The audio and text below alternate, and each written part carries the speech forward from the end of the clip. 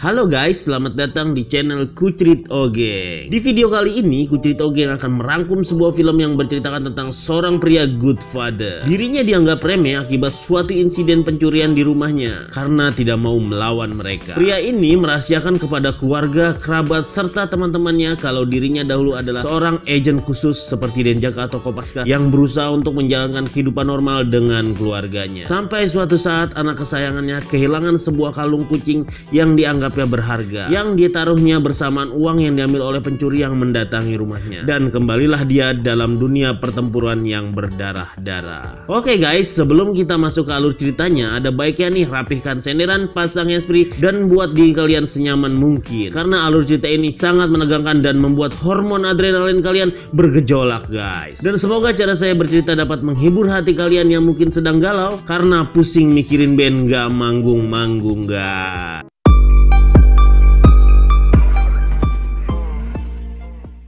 Ceritanya diawali ketika ada seorang laki-laki parubaya bernama Hart Mansell, di mana dirinya adalah seorang ayah yang baik untuk istri dan kedua anaknya. Hart bekerja di sebuah perusahaan keluarga milik mertuanya sebagai administrasi. Dalam kehidupan kesehariannya, Hart menjalaninya dengan sangat monoton tanpa ada sesuatu yang membuat adrenalin dirinya bergejolak guys. Sampai suatu malam, kediaman Hart didatangi dua orang pencuri yang dimana Hart tersadar dan memergokinya. Namun dengan suatu alasan, Hart membiarkan mereka mengambil sejumlah uang yang ada di rumahnya. Ketika pencuri ingin pergi dari rumahnya, anak pertama Hart berhasil menjatuhkan salah satu pencuri. Dan ketika fokus teralihkan, Hart berniat untuk memukul dirinya dengan stick golf. Namun tidak seperti yang kita bayangkan. Hart malah mengurungkan niatnya dan meminta anaknya untuk melepaskan dan membiarkan kedua pencuri itu pergi begitu saja.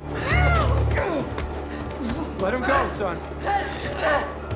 Akibat hal itu, anak pertama Hart sangat kecewa dengan sikapnya. Ditambah lagi sikap polisi yang menunjukkan sikap kekecewaan terhadap sesosok ayah seperti Hart. Kejadian tersebut sangat menimbulkan dampak negatif pada kehidupan Hart karena istri dan anak pertamanya mulai ragu dengan dirinya yang harusnya menjadi sosok ayah dan pelindung keluarga mereka. Kecuali putri kecil Hart yang sangat menyayanginya. Di pagi harinya, tetangga sebelah rumah Hart juga memberi sindiran keras dengan mengatakan kalau saja pencuri itu masuk ke rumahnya, dirinya tidak akan tinggal diam dan akan menghajarnya habis-habisan. Sindiran itu pun cukup membuat hati Hart bergejolak. Tidak hanya di rumahnya, di tempat kerja juga Hart diejek oleh adik iparnya yang menyayanginya atas kejadian semalam dan memberikan sebuah pistol kepada Hart untuk dapat melindungi kakak dan keponakannya. Hart selalu menemui mertuanya untuk membicarakan kalau dirinya ingin membeli pabrik itu, namun sepertinya harganya belum cocok. Di dalam ruangannya, Hart mempunyai sebuah radio yang biasa digunakan untuk berbicara dengan seseorang yang sepertinya orang tersebut adalah temannya ketika dia menjadi agen khusus. Di saat pembicaraan itu, barulah kita dikagetkan oleh alasan mengapa Hart tidak melakukan perlawanan di malam itu. Hart ternyata mengetahui secara detail tentang kedua pencuri itu, yang dimana mereka adalah sepasang suami istri yang terpaksa mencuri atas dasar kebutuhan mendesak. Hart pun dapat dengan jelas melihat pistol yang diarahkan ke dia tidak berpeluru, dan bahkan Hart tahu nama pabrikan pembuat pistol tersebut walau dalam kegelapan. It was an old 38 special. Dan itulah alasan kenapa Hart lebih memilih melepaskannya. Sepulang dari tempat kerja, Hart menyempatkan dirinya untuk bertemu ayahnya yang sudah ohir di sebuah panti jompo, di mana dirinya hanya duduk saja sambil menonton film Ada Apa Dengan Cinta yang mengingatkan dirinya kala remaja dulu. Kamu gak apa-apa? Kenapa sih? Okay. Setelah sampai di rumah, Hart dari kejauhan melihat anak istrinya sedang bersantap dan terpikirkan olehnya penyesalan mendalam karena gagal menjadi sosok pelindung dalam keluarga. Dan ketika Hart masuk ke rumahnya, anak pertamanya langsung pergi meninggalkannya dan istrinya pun agak sedikit cuek. Namun ketika anak kesayangannya mencari sebuah kalung kucing yang sangat berharga bagi dirinya, Hart teringat dengan dua orang pencuri yang meraup uang mereka tepat pada tempat anaknya menaruh kalung. Hart yang sangat kesal lalu pergi dengan wajah yang sangat murka.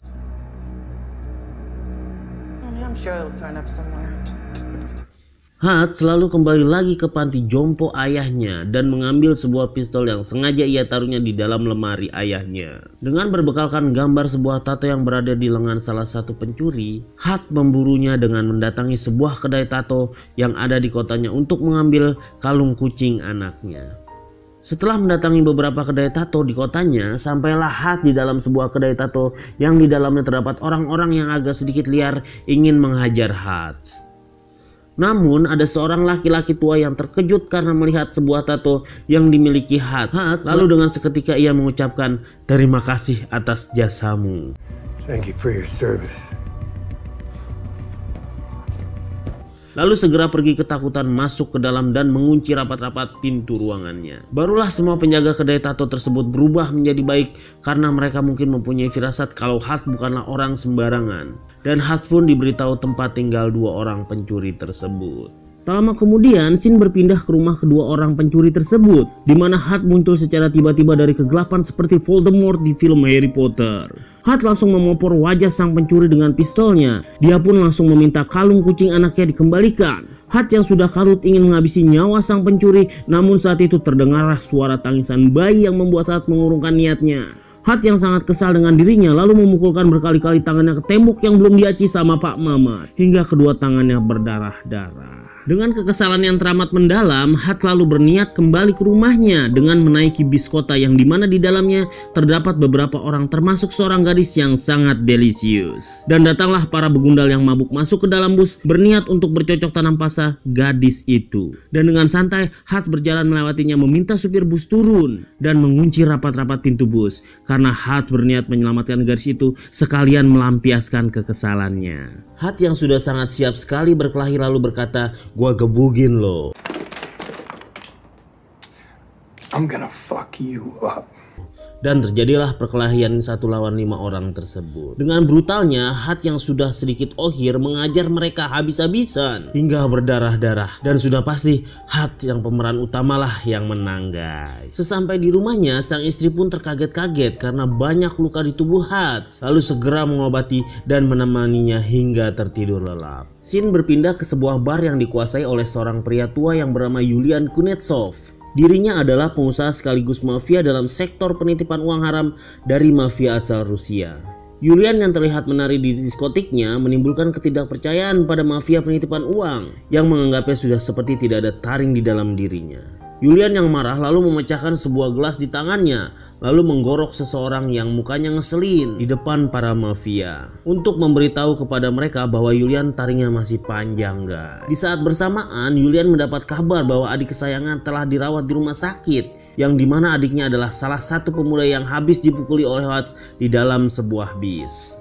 Yulian pun marah besar dan pergi ke tempat kawan-kawan adiknya untuk menginterogasi siapa pelaku yang telah membuat adiknya babak belur, yang dimana salah satu temannya mendapatkan kartu tanda pengenal kerja punya Hat.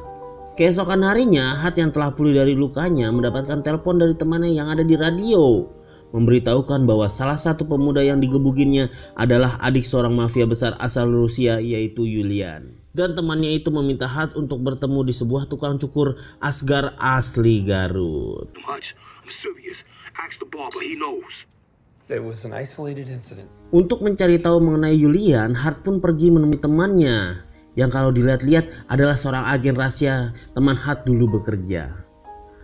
Agen itu lalu memberikan sebuah data-data tentang Yulian dan tanpa getah sedikit pun Hat berniat untuk melawannya. Yulian lalu meminta kepada seorang karyawannya untuk mencari tahu soal Hat. Namun data-data Hat sudah tidak teridentifikasi oleh dirinya. Lalu karyawan Yulian yang mempunyai banyak koneksi meminta seseorang yang bekerja di Pentagon untuk mencari tahu soal Hat, dan dia pun lalu mendapatkannya. Setelah melihat data-data Hat, dengan seketika karyawan Yulian resign dari pekerjaannya. No need to pay. Di malam harinya, Yulian yang sudah mengetahui alamat Hat lalu mengirim 7 orang antek-antiknya bersenjata lengkap ke rumah Hat untuk menghabisi Hat dengan keluarganya. Hat yang cekatan melihat hal itu lalu segera meminta istri dan kedua anaknya masuk ke dalam basement untuk berlindung dan meminta kepada istrinya untuk tidak menghubungi 911. Don't call 911. Hat lalu mematikan lampunya dan mulai memburu satu persatu antek-antek Yulian dengan menggunakan alat seadanya seperti pasukan setan yang dikirim ke Papua, guys. Tidak terlihat namun mematikan.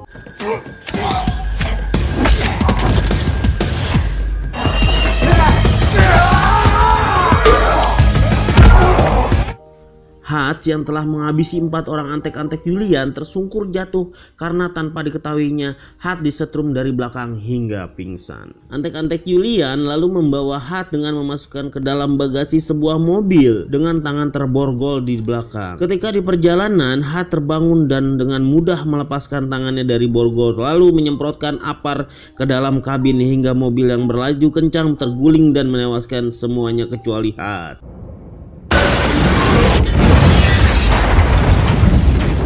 Hatch yang seolah tidak mempunyai rasa sakit dan letih lalu berlari kembali ke rumahnya.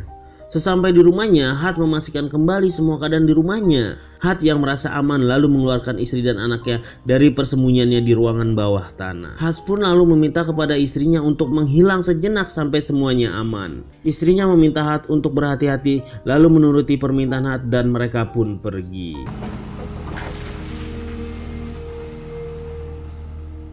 Hatch lalu membongkar sebuah kotak yang berisikan emas-emas batangan yang mungkin itu simpanannya ketika ia masih menjadi agen khusus. Di saat waktu yang bersamaan, Julian juga mengirim kedua anak buahnya untuk membunuh ayah Hatch. Namun ayah Hatch yang sudah tua ternyata mempunyai skill berdarah dingin sama seperti Hatch. Dengan mudahnya ayah Hatch menghabisi kedua orang anak buah Julian.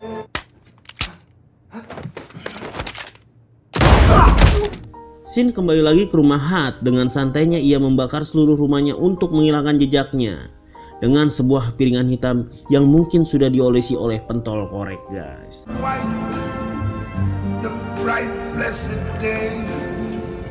Hatch pun pergi dengan menggunakan mobil tetangganya yang kala itu dipamerkan kepada dirinya.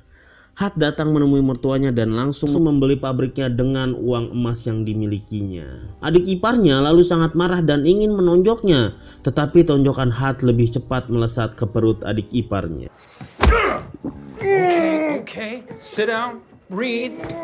Hatch lalu menjadikan tempat itu sebagai lokasi pertempuran dengan Julian. Hatch banyak memasang ranjau-ranjau di tempat itu.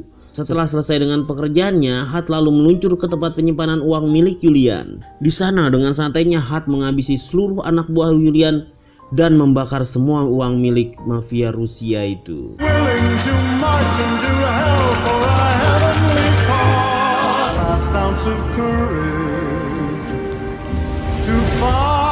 Setelah selesai di tempat itu, Hatch dengan santainya dan tanpa rasa takut sedikit pun duduk sembari makan di tempat Julian yang sedang bernyanyi di barnya.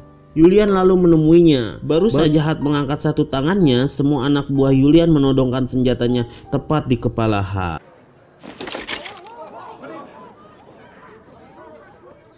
Namun sikap dingin dan slow Hatch mengagetkan Julian dan anak buahnya. Karena pada tangan kirinya Hatch memegang cincin pelatuk sebuah bom. Julian lalu menyuruh semua anak buahnya pergi dan berbicara kepada Hatch. Hatch meminta kepada Julian untuk menyudahi pertempuran ini dan menganggap semuanya sepertinya tidak seperti terjadi apapun. Hatch juga membicarakan tentang semua aset yang dimiliki Julian telah ia lenyapkan semua. Julian yang mendengar hal itu sangat marah kepada Hatch. I'm shocked. You should have seen it go up. Hatch pun pergi dan keluar dari bar itu dan masuk ke dalam mobil curian punya tetangganya sambil menunggu reaksi Julian terhadapnya. Dan benar saja, Julian yang marah besar berniat menghabisi Hatch dengan mengerahkan seluruh anak buahnya yang tersisa. Hatch yang melihat hal itu hanya tersenyum dan malah ngece dengan mobilnya kepada Julian.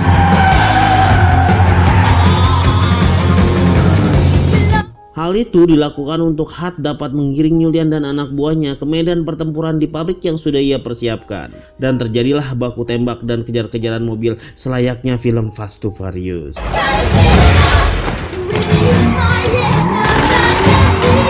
Hatch pun berhasil lolos dan sampai di depan pabriknya.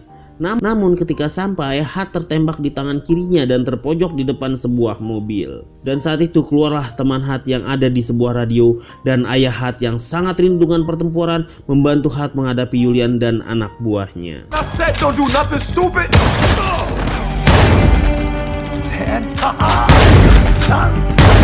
Di dalam pabrik, trio cabai rawit itu menggila dan menghabisi seluruh anak buah Julian. Hingga tersisa hanya dirinya yang membawa senapan otomatis Flaras panjang.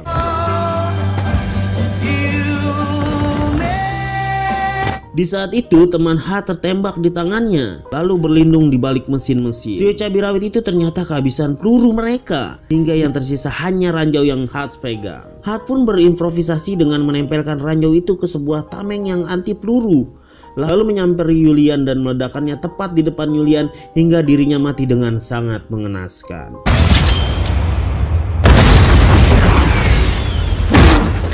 H menyerahkan dirinya ke kantor polisi. Dan saat H diinterogasi siapa sebenarnya dirinya, H hanya menjawab kalau dirinya bukan siapa-siapa. Lalu berderinglah telepon genggam kedua polisi itu. Entah dari siapa, lalu H pun dibebaskan. Setelah kejadian itu, H mengajak istrinya melihat rumah baru yang lumayan mewah.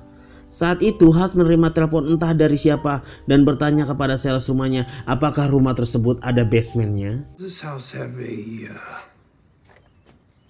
A basement. Di akhir cerita diperlihatkan ayah H dan kawannya membawa banyak senjata dengan berbagai jenis yang sepertinya akan melakukan pertempuran hebat di video yang mungkin menjadi terusan dari film ini dan ceritanya pun berakhir.